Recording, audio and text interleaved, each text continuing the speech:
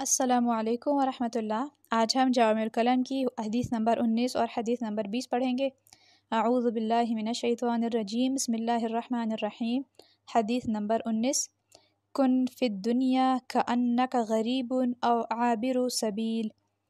ترجمہ اس کا یہ ہے کہ دنیا میں ایسے رہو جیسے کوئی مسافر یا رہگزر رہتا ہے۔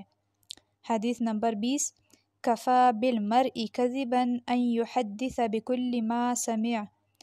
ترجمہ اس کا یہ ہے کہ انسان کے جھوٹا ہونے کے لیے اتنا ہی کافی ہے کہ جو بات سنے بغیر تحقیق کے لوگوں سے بیان کرنا شروع کر دے۔ حدیث نمبر 19، کن فی الدنیا کأنک غریب او عابر سبیل۔ دنیا میں ایسے رہو جیسے کوئی مسافر یا رہ گزر رہتا ہے، یعنی دنیا کی زندگی ایسے گزارو جیسے کوئی مسافر گزارتا ہے کہ وہ بہت زیادہ مال جمع نہیں کرتا، اسے پتہ ہے کہ میں نے یہ ٹھکانہ چھوڑ کر اگلی منزل کی طرف جانا ہے اپنی۔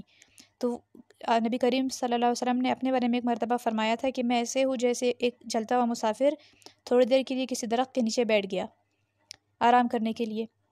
یعنی جب انسان سفر میں ہوتا ہے اور کہیں پہ آرام کے لیے رکتا ہے تو وہ وہاں پہ جائیدادیں بنانا نہیں شروع کر لیتا، وہاں پہ مال و دولت نہیں جمع کرنا شروع کر لیتا، وہاں سے دل لگانا نہیں شروع کر لیتا، ٹھیک ہے، بلکہ وہ وہاں پہ اپنی ضرورت کے مطابق رہتا ہے، اپنی ضرورت پوری کرتا ہے، پھر آگے چل پڑتا ہے۔ تو نبی کریم صلی اللہ علیہ وآلہ وسلم نے فرمایا کہ دنیا میں ایسے رہو جیسے کوئی مسافر اور رہگزر رہتا ہے۔ حدیث نمبر 20، کفی بالمرء کذبا ان یحدث بکل ما سمع۔ یعنی انسان کے جھوٹا ہونے کے لیے اتنا ہی کافی ہے کہ جو بات سنے بغیر تحقیق کے لوگوں سے بیان کرنا شروع کر دے۔